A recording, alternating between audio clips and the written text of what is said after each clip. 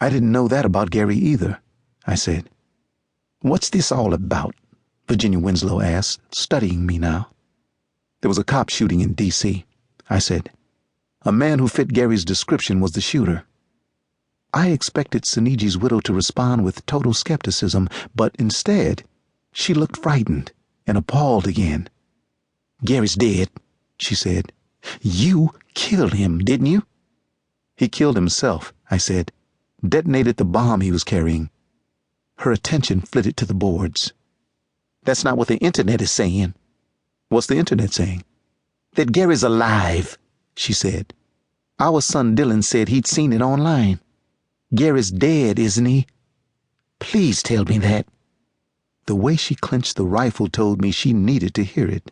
So I said, as far as I know, Gary Soneji's dead and has been dead for more than 10 years, but someone who looked an awful lot like him shot my partner yesterday.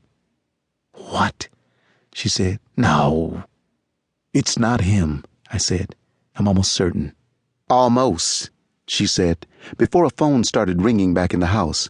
I have to get that, she said. Work. What kind of work? I'm a machinist and gunsmith, she said. My father taught me the trade. She shut the door before I could comment. The bolts were thrown one by one. I almost left, but then, remembering that voice I'd heard on my way in, I went around the farmhouse, seeing a small, neglected barn around which dozens of pigeons were flying. I heard someone talking in the barn and walked over. Click-a-clack, click-a-clack. Pigeons started and whirled out the barn door.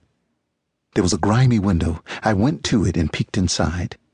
Seeing through the dirt, 16-year-old Dylan Winslow standing there by a large pigeon coop, gazing off into space. Dylan looked nothing like his father. He had his mother's naturally dark hair, sharp nose, and the same dull brown eyes. He was borderline obese, with hardly a chin, more a draping of his cheeks that joined a wattle above his Adam's apple. You need to learn your place, he said to no one. You need to learn to be quiet. Emotional control. It's the key to a happy life. Then he turned and walked by the pigeon coop, running a hoop of keys across the metal mesh. Click-a-clack, click-a-clack. The sound rattled the pigeons and they battered themselves against the cages. Be quiet now, Dylan said firmly. You got to learn some control. Then he pivoted and started toward me, raking the cages again. Click-a-clack, click-a-clack. A disturbing little smile showed on the teen's face, and there was even more upsetting delight in his eyes. I have a PhD in criminal psychology and have studied serial killers in depth. Many of them grew up torturing animals for sport. Had Dylan's father?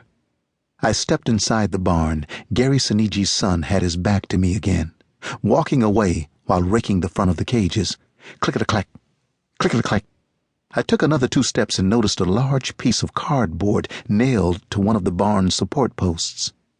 There was a well-used paper target taped to the cardboard and 6 darts sticking out of it. The target featured a bullseye superimposed over a man's face. It had been used so many times that at first I didn't know who the man was. Then I did. Who the hell are you? Dylan said, and then gaped when I faced him. From the looks of it, I said, I'm your dartboard.